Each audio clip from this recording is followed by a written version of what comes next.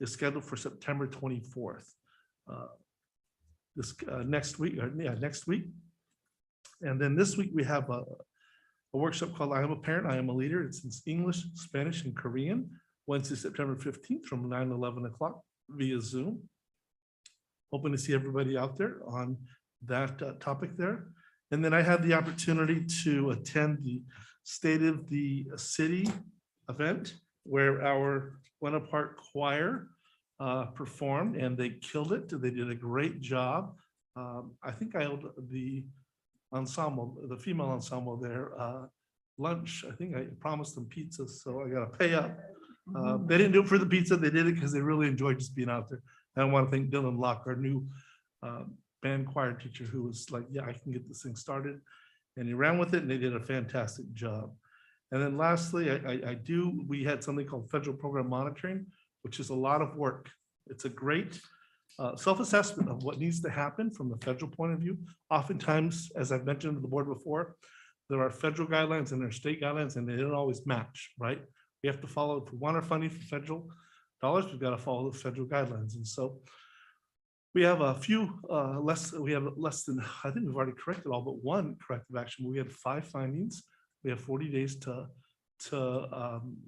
fix those findings. We've already fixed 4. I think within the week we'll have 4 fixed. And we've got 1 to sort of take care of that will take us a little bit longer, but definitely within the 40 days. So I want to thank Sari Wong and Michelle Centeno and their department. Everybody at the district office participated, but it was their leadership that really cares for. I would like to say when Kevin Yoon and I did this, at 105 originally, and then we narrowed it down to 5 at the very end, right? But they were at 5, so obviously much better tag team duo than Dr. Yoon and I. So thank you both for all the work that you guys did. That concludes my report. Programs and reports. Gold Star Foods, Buena Park School District Child Nutrition Division, Dr. Mary Montes. Yes, I'd like to introduce Sandy Pochi, who will introduce our special guest from Gold Star Foods that is here to present a special word for our Child Nutritional Services Department. Mrs. Pochi? Thank you. So Gold Star Foods is here tonight to present an award to our Child Nutrition Department. So I'd like to go ahead and have Laura Baber come up and share with you.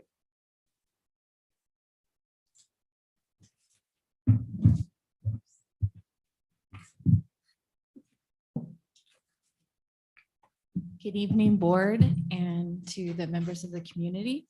My name is Laura Baber, and I am the sales manager for Gold Star Foods. If you are not familiar with our company, we are the main food distributor for Buena Park School District. We deliver fresh bread, fresh produce, and most of the food that is served at the district. We're based out of Ontario, California, and we only specialize in schools. So we deliver to K-12 public school districts. So this award has been a long time coming. This is an award for work that was done last year during the pandemic. And we're so grateful for this opportunity. It felt like we wanted to wait till we could do this in person.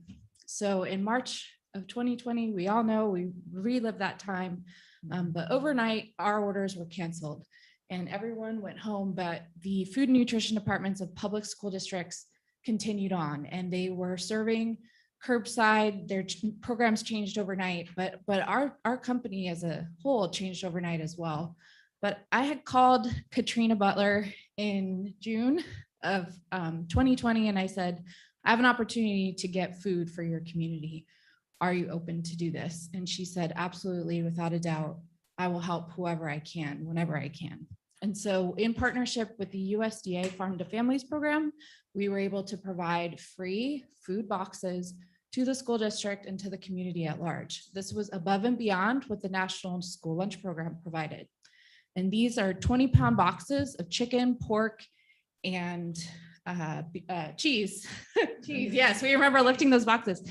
Chicken, pork, and cheese that were provided to the community free. And so this district, I'm here to just say thank you. This was a lifeline to our company when we needed it most. I was able to participate in multiple days of the distribution and lifted those boxes and put them in the cars, and they're such a need. So we have this plaque this number is staggering. So in 4 months from July of 2020 to November of 2020, Buena Park School District served 315,280 pounds of USDA farm to family boxes. And it was the individuals behind me that were able to do that. That is above and beyond what the National School Lunch Program meals also provided to your community. And you may not know this, that number, I only had maybe 20 districts that participate in the program. That number is right behind LAUSD.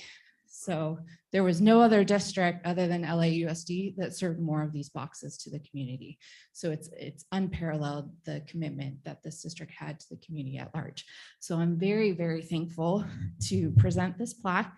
Thank you, Buena Park School District. You serve 315,280 pounds of USDA farm to family school boxes from Gold Star Foods. And I have a letter from our CEO as well.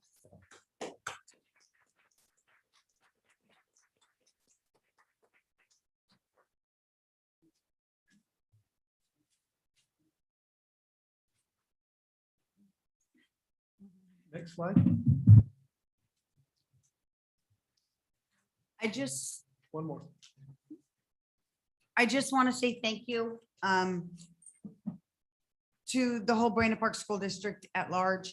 I could not have done this by myself without the help of the full child nutrition department behind me.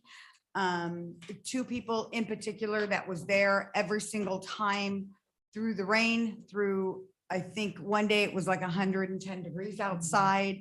I have Joe, our warehouseman, as well as Donna, our accountant. Without them, the program wouldn't have happened. Like Laura had said, this was above and beyond child nutrition. We were not compensated as a district to do this. This was all volunteer. And I also want to say thank you to the district office staff and the maintenance department and the gardeners and all of the bus drivers, because in the very beginning during the summer, they came out and helped us distribute that. So without the help of all of Buena Park School District, child nutrition couldn't have provided this. And I would just like to say thank you to everybody to be able to get the food out to the community when the community needed it most. Thank you.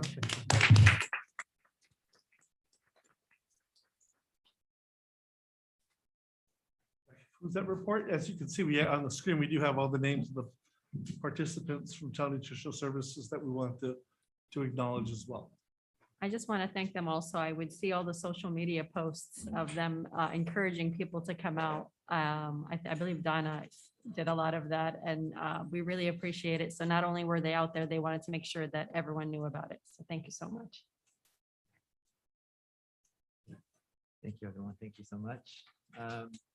Moving on to Facilities and modernization update. Dr. Mermonte. Yeah, here to talk about our facilities modernization monthly update is Mr. Mike Magoo, our Chief Operations Officer, and Mr. Tim Spencer from Telehue. Good evening, and I have a quick update for you for the members of the board and for the district on where we're at with the amended bond program. So I'm excited to share that the summer projects are over. That's always a big rush for us. And most people are on their summer break when we're the busiest. So it was nice to get a lot of little things wrapped up throughout the district. So that was a good thing this summer. So next slide, quick agenda. What we'd like to talk about today is the closeout of those projects. Where we're at on the playgrounds, the locker, and then procuring the architect for some upcoming work. Next slide, please. So project closeout. So Telehue the district, we're currently working on closing out the Performing Arts Building. And as that project's coming to an end, there's a couple things that we need to do logistically and with paperwork. One is with DSA, the certification process that we need to finalize. That is in the works. The AOR is taking the lead on that. I'm sorry, the AOR being the architect of record.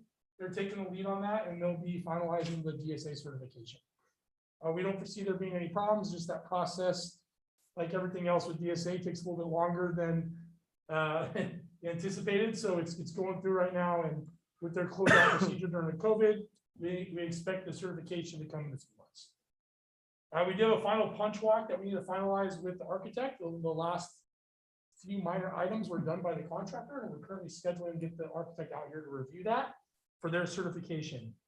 The contractor retention needs to be paid along with me to file the notice of completion with the county. The notice of completion with the county, that does start the retention period where we have to wait 45 days to process retention once that is filed. So that's all in the works. We're working on that right now. And we'll get all that paperwork behind the scenes stuff squared away. And then for the summer projects, we just have some final payments that are in process. And then we'll be closing out those off the books as well. So the next slide with the playgrounds, right now the bid documents are completed. They've been reviewed by the district staff and we're planning on advertising on Monday. So that will be advertised next week and we'll start getting bids in from the contractors to anticipate the early construction to start the first part of the next calendar year in January and be done by mid-May. The plan right now is to install those playgrounds one at a time, one school at a time, and each school taking about a 3-month period or 3-week period. Sorry. Next slide, please. Here we just have a little visual of the playgrounds I've presented to you in the past. I'm just showing the example of what we did at Emory with the playground equipment and then the synthetic turf that will be below that. Next slide, please. The Beatty Locker Building, TLS Choices is the contractor that is moving forward with the GMP on the price. They presented their preliminary cost. We've just received those and we're reviewing them. TeleQ and TLS Choice are meeting tomorrow to go over some detailed backup support that we requested from the GMP that they submitted. So I'll have further information after our meeting tomorrow on the exact details for that GMP. And the GMP is a guaranteed max price that we'll be entering, that we'll be presenting to the board for approval at a future board meeting. So TLS Choices, they prepared a project schedule, which include the start and completion dates for us for approval. And that will be a part of that GMP review. The project is estimated to be about a 7-month project. Next slide, please. So for the future projects and the other things that we're working on right now, we have started procuring architects to start the design of a handful of items. And what those are is with Studio W, we're currently working on the NPR modernizations at Corey, Emory, Whitaker, and Gilbert. And all 4 of those projects, we have completed our preliminary design, which we call schematic design. And we've authorized Studio W to move on to the next stage of the design, which is document development. So we'll be moving forward with those, and those are in the works. Studio W is starting. We just approved their agreement to start the Pendleton administration, modernization, administration building and modernization of the NPR. That just started, the ball just started rolling on that one. We will be engaging the stakeholders, which will be the district staff, the principal, and the school staff on the preliminary design that we're going to look at. So we'll be having some conversations with them before we start our schematic design. And I'll have more information to you on dates of when we're going to have those shareholder meetings here in the near future. So NAC Architects, who is the architect that performed the music building, they are moving forward with the Whitaker Curb project. And just as I mentioned above with Pendleton, we just got the agreement signed from them. So we'll be starting that process. We'll engage the stakeholders on that project as well. And we'll start the Curb and Fill project that we're working on. And the Beatty Middle School front parking, along with the marquee, that we're looking at adding into the project for the locker room. And the reason for that is the locker room project's already requiring some minor upgrades for ADA parking. So we wanted to maximize our money and our time to be able to do the new parking lot as part of that project to meet the DSA code for the ADA parking for our locker room project. So that will be incorporated into the job. They just started that as well, and we'll be looking at some designs and how to make the parking and the bus drop off flow just flow better on the site and get more parking out in front of the school. So that's something that we're going to look at along with putting a marquee and some landscape out front. So next slide. I think that's all I have for you. If you have any questions, I'd be happy to help. I had a question for the Whitaker Curb Appeal. Does that include also the parking? Minor parking, yes. It is going to have part of it over by the corner of the two streets at Dell Street, where there's the zigzag parking lots right now. It's going to include incorporating that.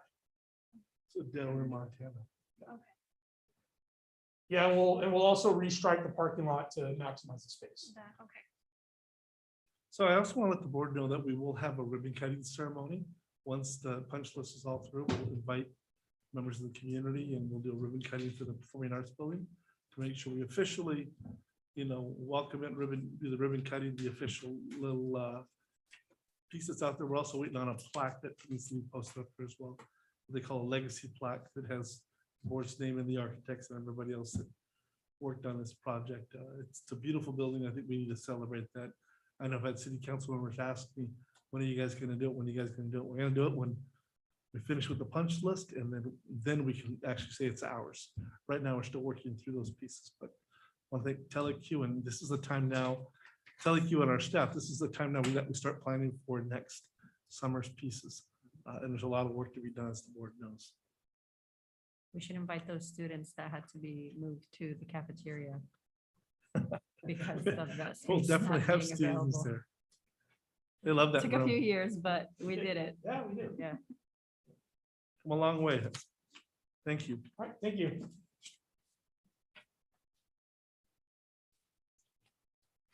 Moving on to action calendar. Inter-district transfer request 2122 ABALK.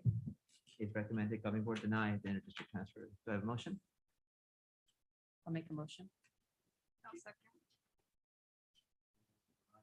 Castaneda, all those in favor? Aye. Aye. 4-0. Approval of the Title I Parent and Family Engagement Policy. It's recommended governing board approve the Title I district level parent policy. Dr. Miramontes? Yes, this is the annual adoption of the the Title I parent policy for compliance reasons. And it's just a good practice to have. I want to thank Sari Wang and her staff. So just want to make sure that we note this and that the board approves this. I'll motion. May I have a second? I'll second. First, sorry, Shed. I tried. All those in favor? Aye.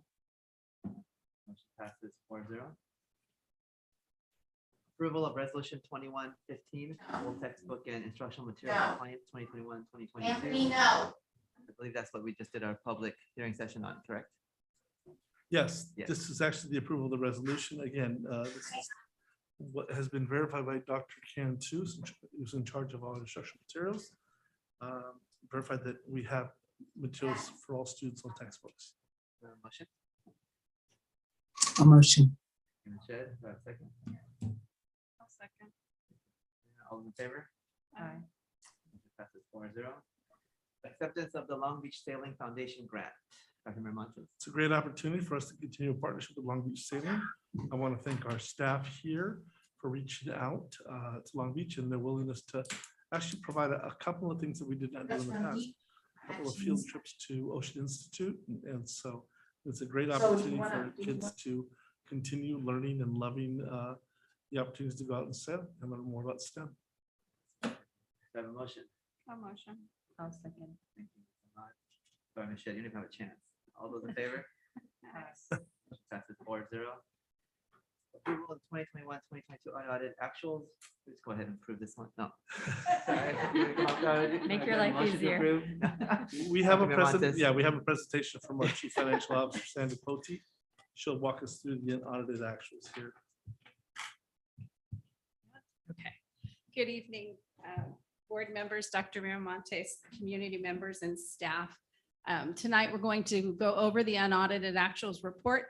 It is 125 plus pages, but we're going to condense it down to a short version in a presentation. So you don't have to go through all of those details.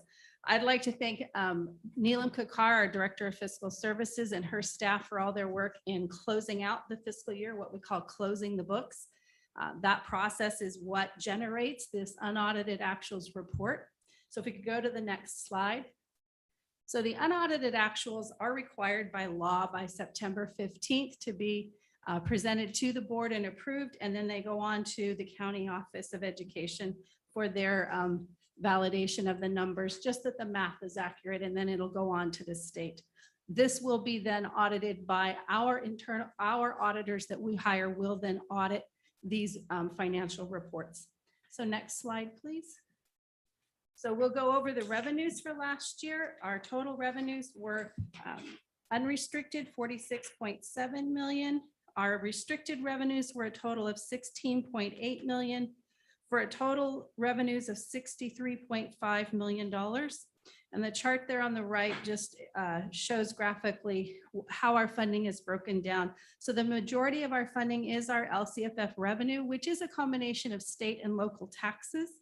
And then the other larger portions are federal and state revenues, which are higher than prior years due to a lot of the COVID funding that we've received during the year. So we can go to the next slide.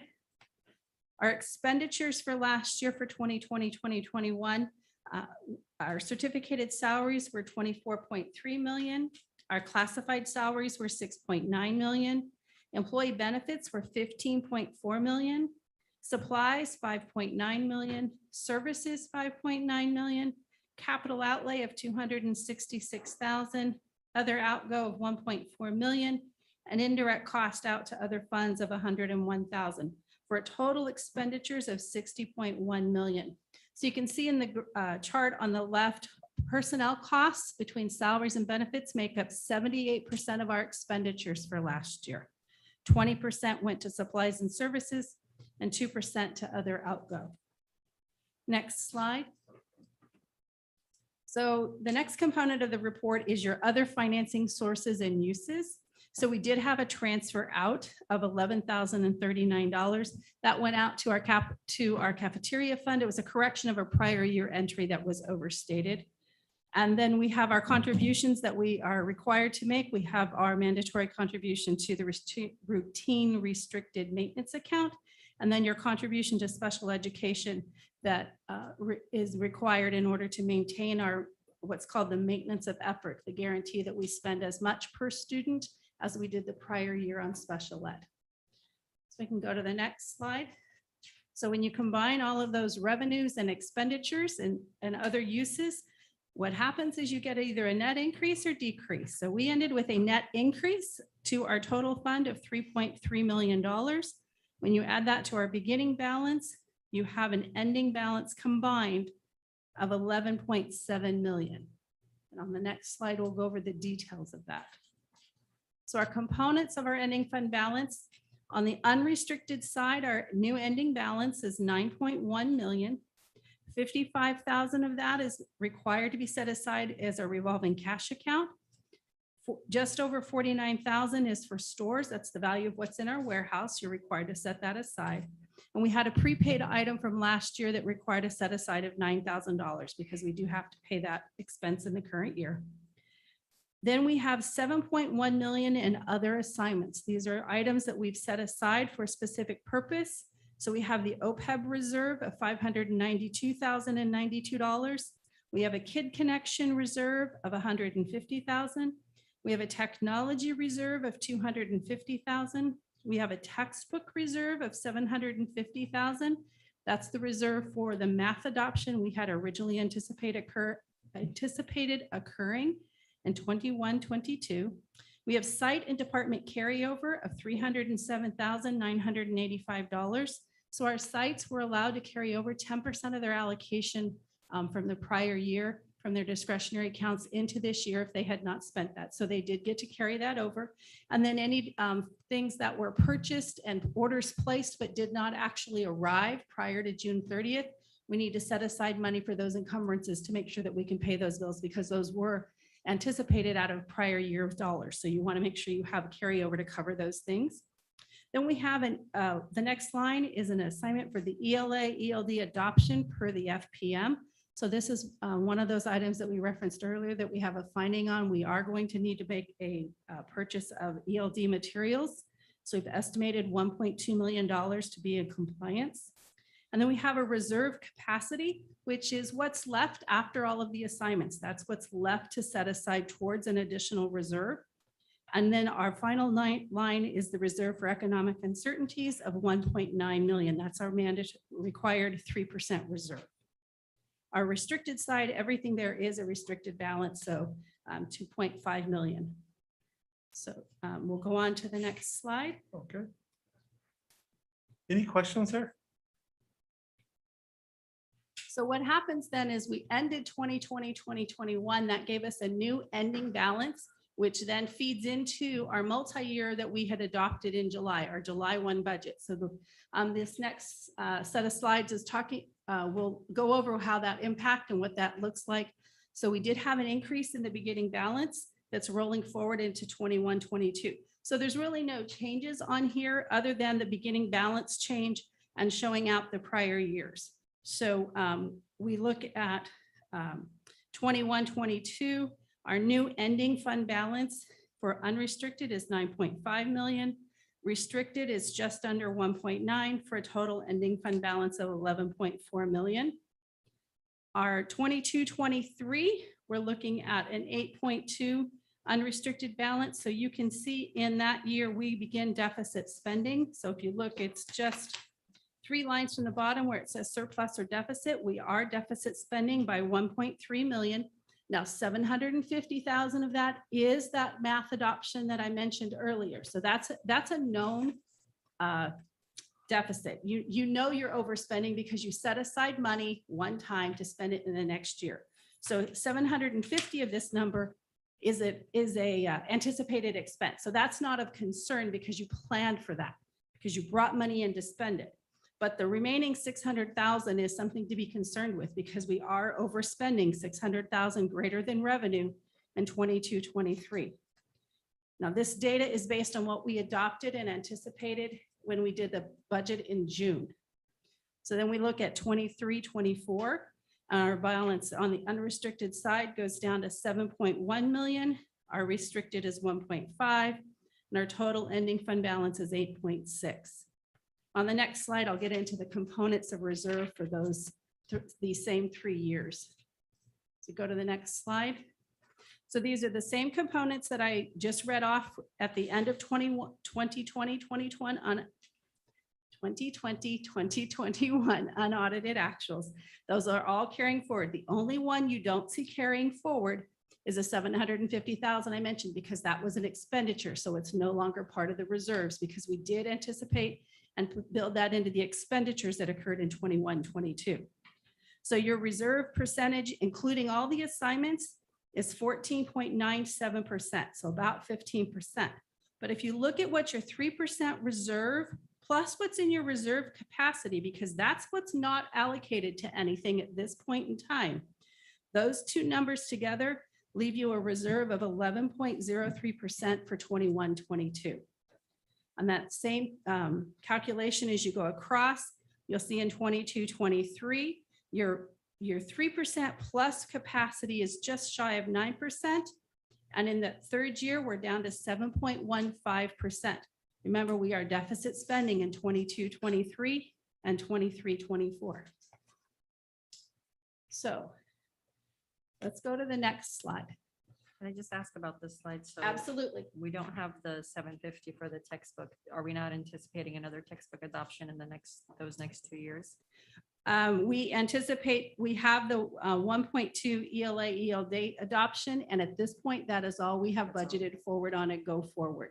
So we will have to determine what the next cycle of adoptions are and how we're going to fund them beyond this ELA ELD So it adoption. might go up even further. It could. Thank you. So let's look at where we are this year, because one of the largest, the important factor that drives our funding is our enrollment. So our enrollment numbers, we did make it over the 4,000 hump. We are at 4,031 for our enrollment for this year. However, we did not meet projection. So we are 62 students short of projection. And unfortunately, that means we need to reduce our revenue that we projected for the out years because we will have reduced revenue in the out years. Now, the good thing is I wouldn't say it's a good thing. The fact is we are funded on the greater of current or prior. So even though this year enrollment is dropping, the impact to the revenue is in 22, 23. It is not in the 21, 22 year we're in. It's going to be an impact for 22, 23. So if we go to the next slide, it'll show you that impact. So we had seen this slide when we did our adopted budget and we looked at that revenue cliff of where we were going. The top line represents where the decline we thought we would have in the revenue based adopted budget. That line that dips lower, that's kind of a burgundy line, that is the new revenue projection for 22-23. So it's a loss of 670,000. And we do have a little bit of an uptick due to COLA, not an enrollment growth, but a COLA will bring us up a little bit, but we'll still have a loss of 611,000 in 23-24, based on the data we have now. So this is what we know now. This is what we can look forward to. So if we take this loss of revenue and we roll it into the multi-year projection we just looked at to see what the effect is, without any other changes to expenditures, just a reduction in revenue. If we go to the next slide, we'll see what that looks like. So that's the overall budget. The only thing we've changed is the revenue.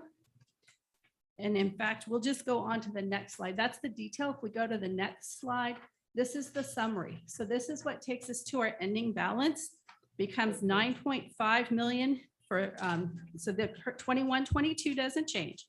But if you look at 22-23, the ending balance drops to just shy of 7.6 million on the unrestricted side. If we look at those percentages at the bottom, that very last percentage of the 3% plus the capacity is at 7.92, and 23-24 drops to 5.14. So prior to revenue loss, It was 8.9 and 7.1. correct, yes. Basically the unrestricted. Just on, right, on the unrestricted, correct. So we are seeing a loss.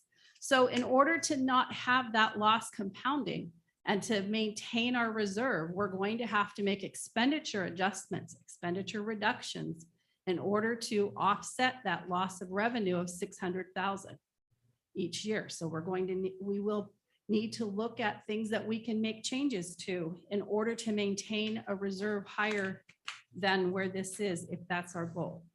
So if we don't want to be losing that type of money, then we're going to need to look at reserves. And if we're declining in deficit spending at this level, we're going to have to make adjustments because it won't be sustainable beyond this. We won't be able to continue to do that in future years. So that's the end of the general fund. I do have a little bit on the other funds, but we'll take questions here on the general fund before I move on, if there are any at this time.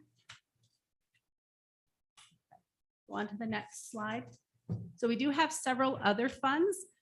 We have the first one there being Fund 8 Student Activity. You maybe have not ever seen that before because this is the first year we're required to recognize this in our unaudited actuals. This, the state said this now becomes part of your books. It used to be a bank account. We've had it. It's the ASB funds, the student body funds that the site has always had. But the state is just now requiring that you have to report that in your unaudited actuals as a separate fund. So several months ago, we had done a resolution to establish a new fund, a student activity fund, so to be in compliance. So there's a little bit of money from that fund. Very little activity last year, as we didn't really have a lot of in-person instruction last year to do ASB activities. The next fund is Fund 12. That's our Child Development Fund. That is where we have our state preschool, what's called our CSPP contract, or state preschool contract is maintained inside the Child Development Fund. We have our Cafeteria Fund, which had an ending fund balance of just over $3 million. As you can see, they actually generated revenue this year. They had a beginning balance of 1.6 and ended the year with just over $3 million. Our deferred maintenance fund, there's just a small $12 balance in that account. We're going to try to zero that out and get those transfers out by the end of the year for this fund. Fund 21, which is our building fund, our bond issuances. So we now have, as of June 30th, the ending balance in that account was 9.5 million. We go down to the next group, we have the Capital Facilities Fund. We had just shy of 500,000 in that account. That's the account that the developer fees are. So that's your developer fee account is Fund 25.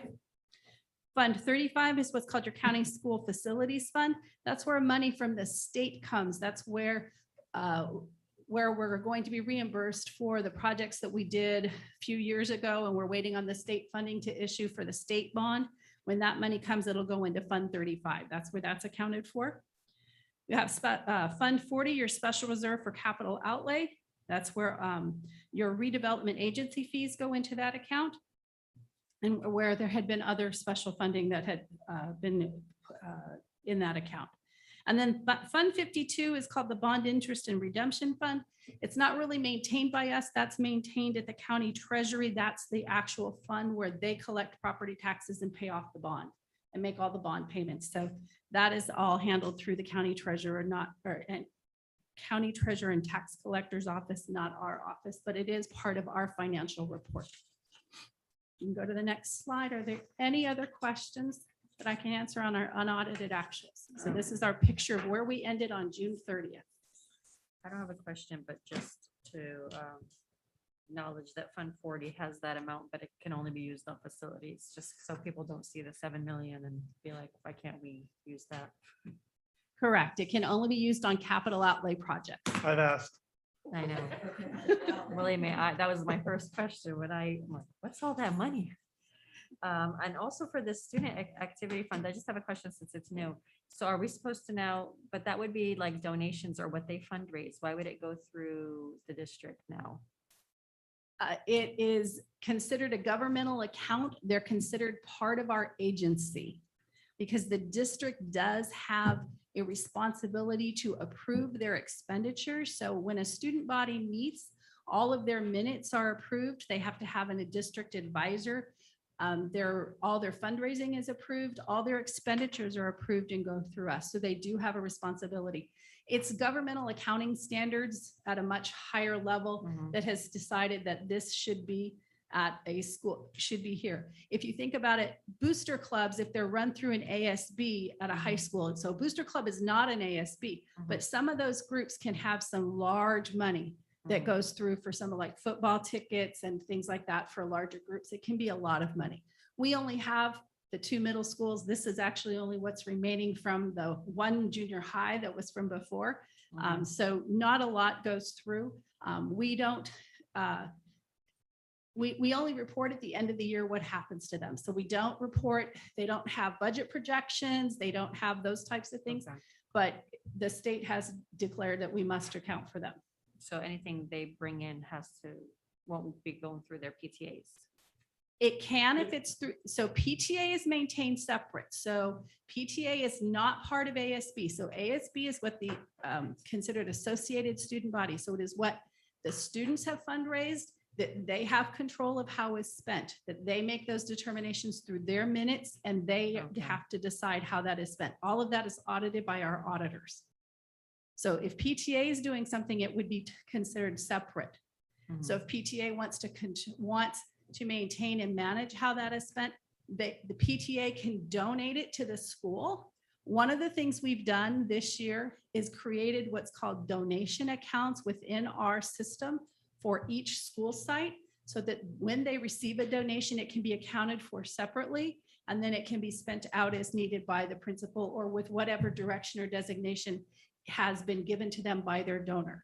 So sometimes a teacher might have gotten, like, let's say Honda has matching funds because their spouse works there. And so they ended up with $200 to their school.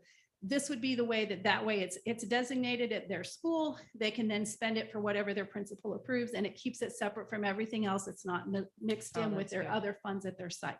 Keeps things open and transparent. Really, that's the key thing.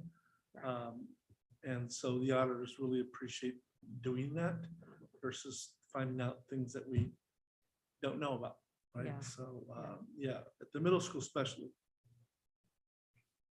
Any other questions? Thank you. Thank you, Ms. Buffy. I'm just asking the board to approve the unaudited actuals.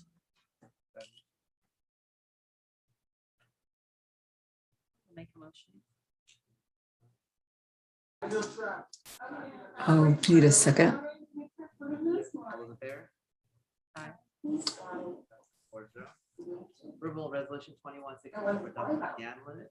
You also notice Prop 4, which was approved in 1979, but by September 15th, we got to have a resolution approved annually. It talks about the gun limit appropriations that we set aside. So I asked the board to approve the resolution.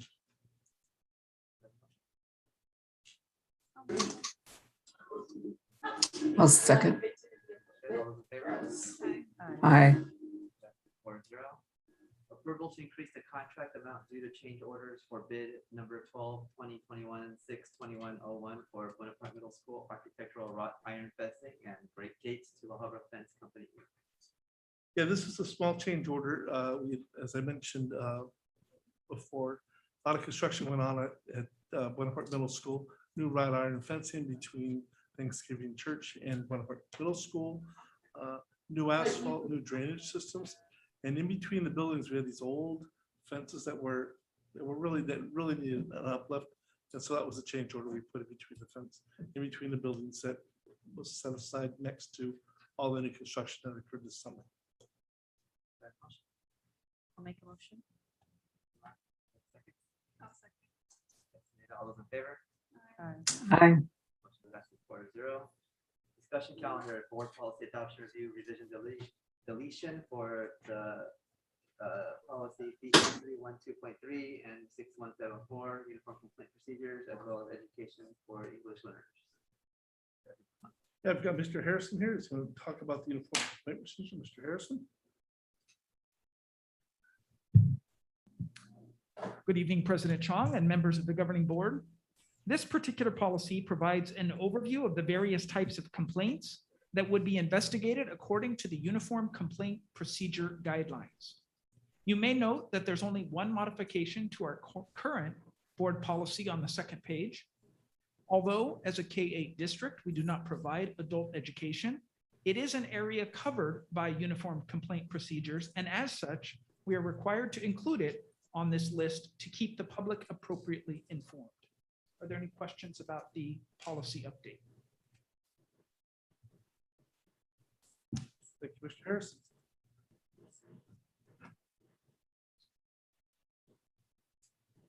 And the second board policy is 6174, education for English learners, and Dr. Cantu will discuss that. Yes, good evening, President Chung, board members. We'd like you to consider the revisions and update to Board Policy 6174, Education for English Language Learners. The policy addresses education for English language learners, staff qualifications and training, identification and assessment, language acquisition programs, reclassification, and program evaluation. Specifically, the revisions remove the language referring to parent exception waivers, which is no longer aligned with current legislation. And under the language acquisition program, the inclusion of the wording stated that the district may include: 1, a dual language immersion program for both native speakers of English and another language, and 2, a transitional or developmental program for ELL students. The inclusion of this language would allow the district to offer additional instructional models should it choose to do so in the future. These changes are to the board policy will allow us to be in legal compliance. Thank you. Thank Any you. questions for Dr. Cantu? Thank you. Moving on to consent calendar, unless the trustee has a question concerning a particular item and ask that it be withdrawn from the consent calendar if the items are approved at one time by the governing board. I have nothing. Ms. Shed?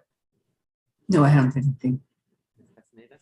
I would like to withdraw from the consent calendar item 13A, personnel action report number 212204, to have that item voted separately. I have nothing to withdraw. So do I have a motion for consent calendar items 13B through 13K? I'll motion. I'll second. All in favor? Aye. Motion passes 4-0. And then do I have a motion for consent calendar item 13A? So separately. I'll make a motion.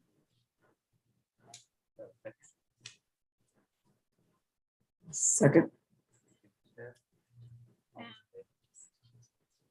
I would like to abstain due to a conflict of interest as I have a family member listed on the personal action report.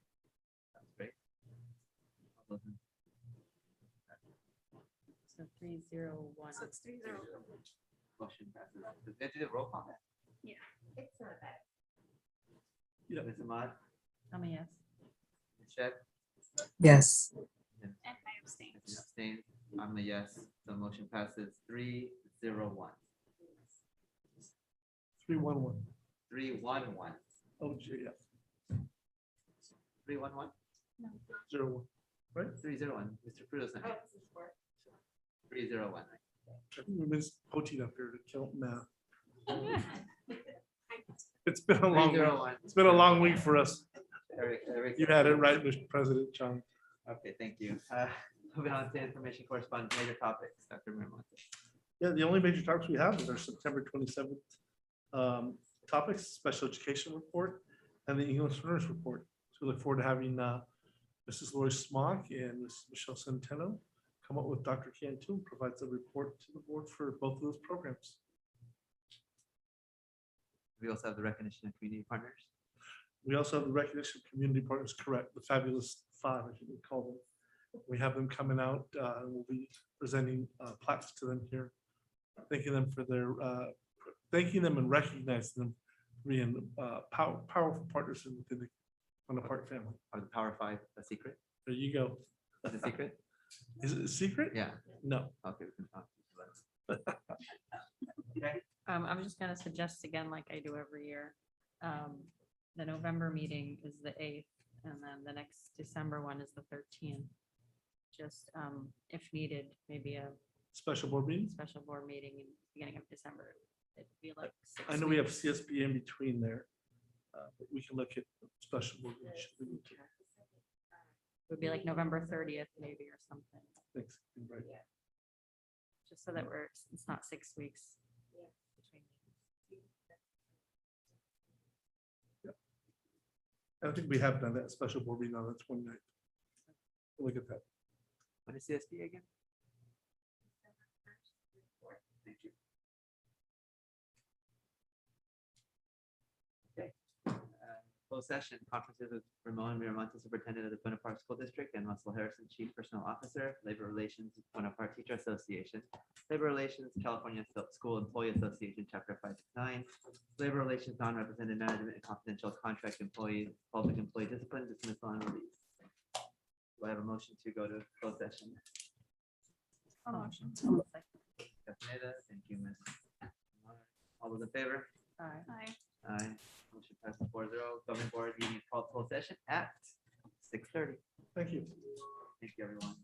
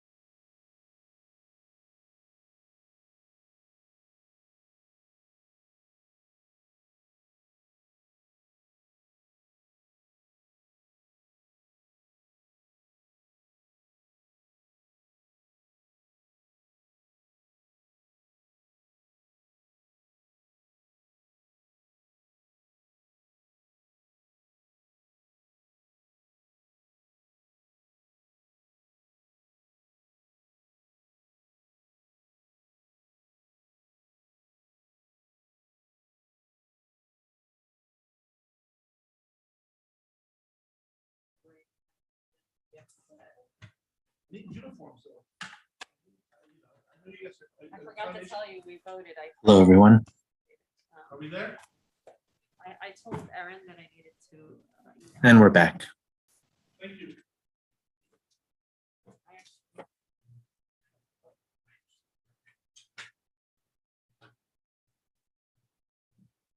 It's so cold. It's freezing. His office is so hot.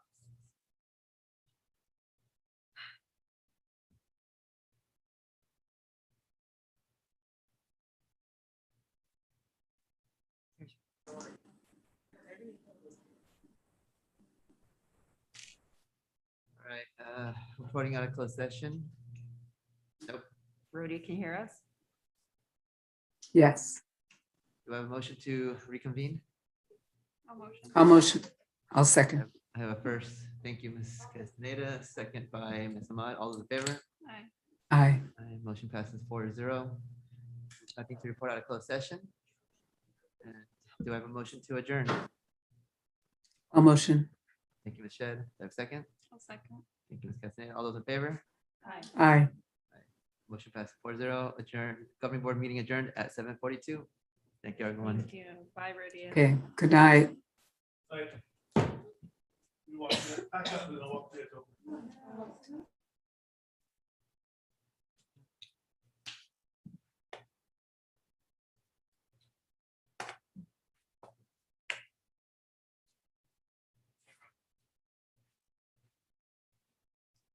I'm gonna leave one at my desk for when Jason has